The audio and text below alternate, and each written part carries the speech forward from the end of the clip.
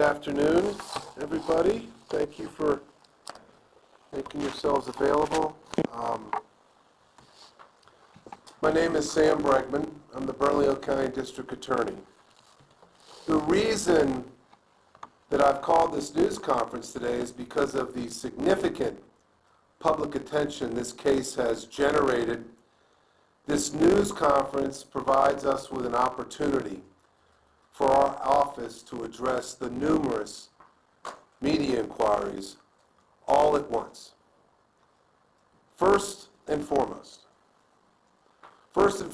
it's important to emphasize that the defendant, Timothy Busfield, is presumed innocent and until and unless he is proven guilty in a court of law.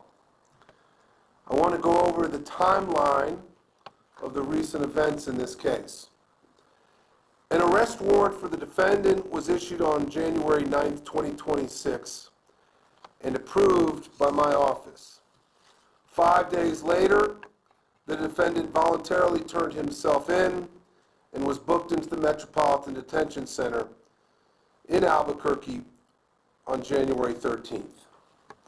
The defendant is currently charged with 2 counts of criminal sexual contact of a minor, child under 13, and 1 count of child abuse. Under New Mexico law, each count of criminal sexual contact carries up to 6 years of incarceration, and child abuse carries up to 3 years. On Wednesday, the defendant made his initial appearance before a Metropolitan Court judge. At the hearing, the judge ordered the defendant be detained at this time due to our request that he remain in custody pending trial. The district attorney's office routinely files pretrial detention motions involving cases that have these types of charges. Our office has indeed filed a motion for pretrial detention, requesting that the defendant remain in custody while his case proceeds through the courts. The case has now been transferred to district court. Judge Murphy will have a hearing on January 20th at 2 p.m. to determine whether the defendant will remain in custody or be released pending trial. After that hearing, we will bring formal charges against the defendant. The defendant will be arraigned on the formal charges. The court will then set a scheduling conference where deadlines will be established, at which time a trial date will be set. As with all criminal cases referred to my office, my prosecutors will fully evaluate this matter and proceed based on the evidence and in the interest of justice. Anyone with information relating to this matter should contact law enforcement. Our priority is to protect the rights of everyone involved. That is why at this time, we will not discuss the facts of this case. We understand, trust me, I understand. I understand there is great interest regarding the facts and the specifics of this matter. But my first obligation and the obligation of my office is to ensure the integrity of this process. The rules of professional conduct are clear, that prosecutors should try cases in the courtroom and not in the media. And that is what we intend to do. Now, based on what I've just told you, if there are questions, I'm happy to answer them, but recognize, please, that I'm going to be limited because, as I said, I'm not going to discuss the specific facts of this case. The professional rules of conduct don't allow me to do that. So if there are things I can answer in a general sense, I will, but and I know they may be frustrated, but I just want you all to know one of the reasons I had this was because our office has been bombarded, and we welcome, and we're transparent. We welcome the media and the fact that you are seeking information. And there's been so many inquiries from across this country, across this state, and across the world, quite frankly, that we wanted to make sure that we could do this as much as possible at once so that we wouldn't have individual outlets being very, very frustrated with us. So with that said, is there a particular question that I can answer? Yes? Have you guys received any additional calls from other potential victims? If so, how many? I'm not going to specifically address that. I will tell you that this matter is very much still under investigation. You talked about patterns of grooming and behavior that was very inappropriate. Can you get into any of those details as far as what your investigators have uncovered? I appreciate the question, and I think you were referring to, I didn't just speak to that, but I think you're referring to the arrest warrant and the criminal complaint. There are 3 documents currently filed in court. One of them is an arrest warrant and criminal complaint. Another one is a motion for pretrial detention. Those documents, if you want to look for answers to those particular questions, those documents I think you can see, and they contain the allegations in this matter. But I'm not just going to simply regurgitate those documents. It's not appropriate. But I will tell you that those documents do exist, and I encourage anyone who doesn't have a copy of any particular document to let us know or to go to the courts and get a copy, because you can get that. Yes, sir. Yes, DA Bregman, is there concerns in a general sense that when someone is accused that they post a video saying that they'll defend the allegations and then go all the way up to 9 Mile Hill and turn themselves into the jail? Well, I'm not going to speak to the specifics of I think you're referring to the defendant in this matter. I'm not going to speak to specifics of what he did or didn't do prior to turning himself in. We're going to focus on presenting our case to the court. Our immediate focus is on that pretrial detention motion, and that's what we're going to concern ourselves with at this point. Yes? Timothy Busfield's attorney says that he conducted an independent polygraph and passed. What does that say about your investigation? Is that something that would be admissible?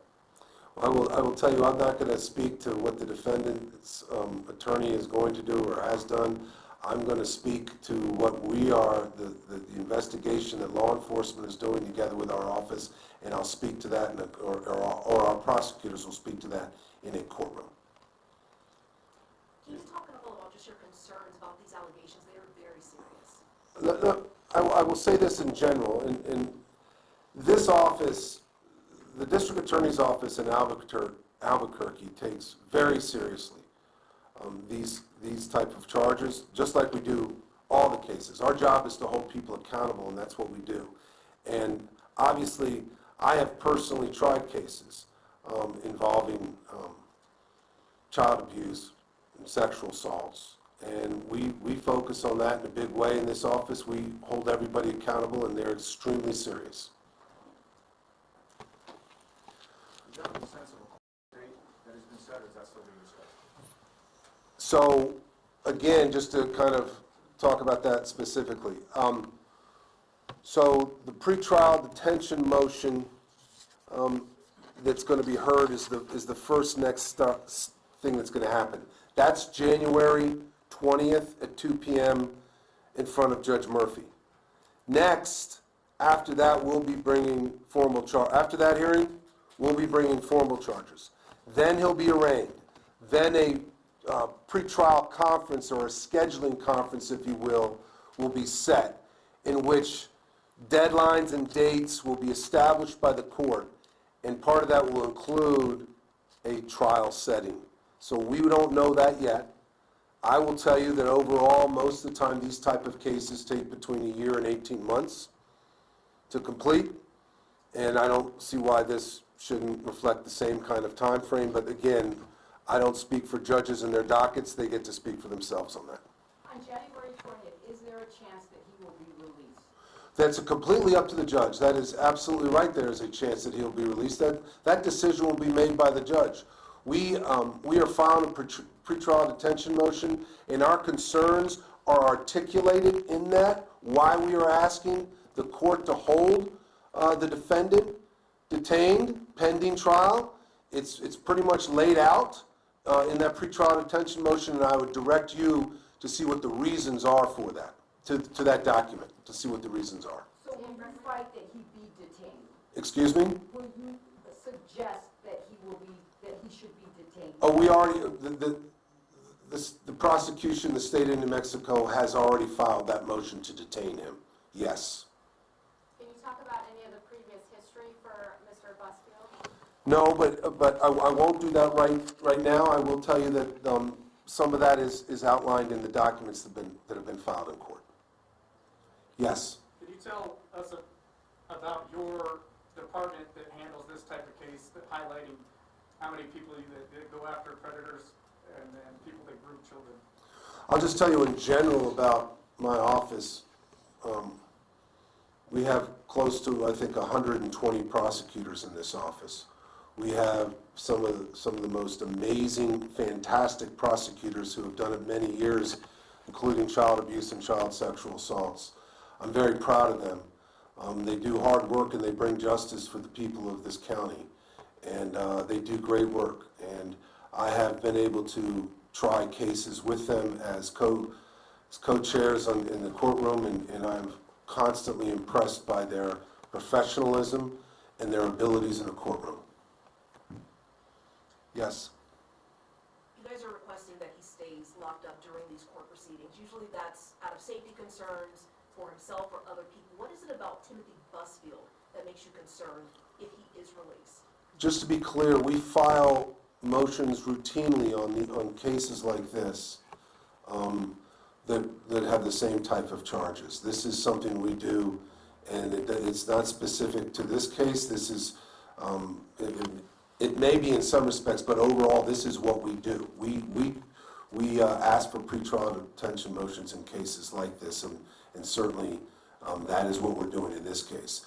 Pretrial detention motions in general are filed because the DA's office believes that for the safety of the community's sake, it is important that they remain in custody because of the danger to the community, and no reasonable conditions can be set to guarantee that safety for the community.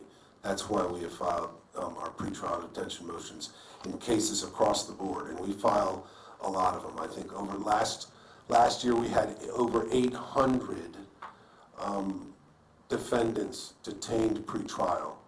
In New Mexico, some time ago, we changed our bail system. We no longer really have the normal bail system. It's either you're in or you're out. And if you're out, it means the judge has determined that there can be conditions of release that can be fashioned that will secure the safety of the community. If you're not out, then there's not, at least in the judge's opinion, there's not things that can be put in place to preserve the safety of the community. And D.A. Bregman, Timothy Busfield is defending himself, going on camera saying that these are all lies. How confident are you that this case is solid? Well, listen, I'll just talk in general, and I think you'll hear my answer on that. I don't specifically, this office, we have a very clear, high standard of professionalism. We don't bring cases forward. We don't agree to prosecute any case unless we believe beyond a reasonable doubt that we can convict them. No doubt? Beyond a reasonable doubt, is what I said. Do you have any doubts? So I'm not going to get into that kind of an answer. We are going to argue and provide evidence to a jury of his peers in the future, and we'll wait till then to comment. Okay. Yes? Mr. Bregman, is there any statement that you would like to say to any victims or potential victims that may come forward? No, listen, in general, not specifically even to this case whatsoever, of course we want victims and survivors to always contact this office. We have a very large victims advocate unit here in this office. We're very proud of the work we do with all types of victims. But I would encourage, as I said earlier, anyone with information about this should please contact law enforcement, please.